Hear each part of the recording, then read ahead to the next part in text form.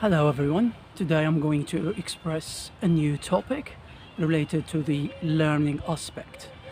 The language is comprises of different symbolic messages that's expressed by words, phrases, and expressions, right?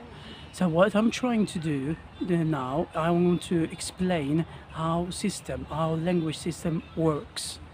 First thing, as a teacher, we try to teach our learners the basic knowledge including the grammar, including vocabulary.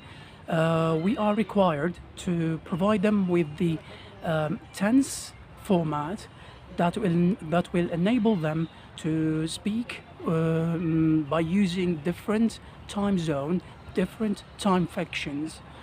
But this kind of process has a limited dependency. What does it mean? So limited dependency means the teacher should only provide them with the essential part of the language, whereas learners have to continue with their learning, lifelong learning. For example, let's say someone who is trying to be a plumber, he needs someone who is more experienced than him. So when we say more experience, it means he has a working capacity by using easiest and clever skills and techniques in order to fulfill his or her job, right?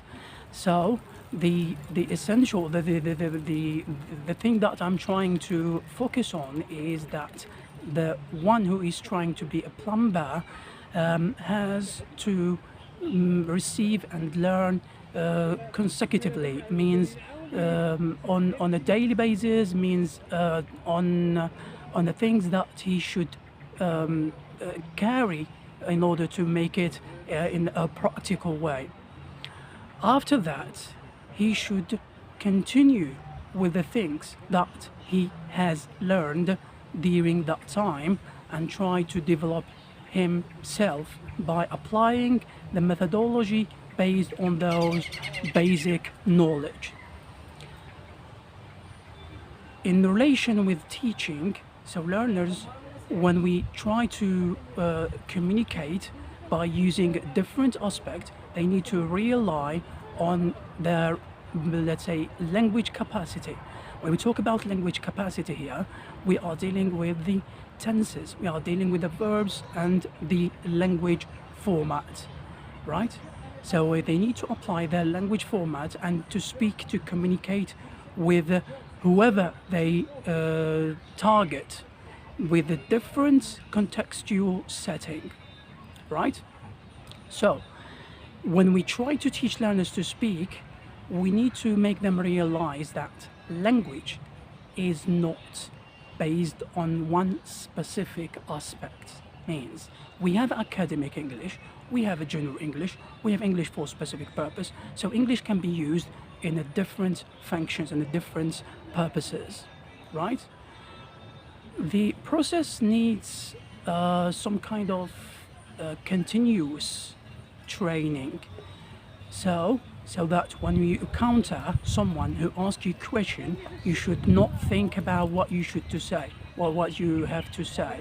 Your brain should be trained, should be adaptive with the language productivity.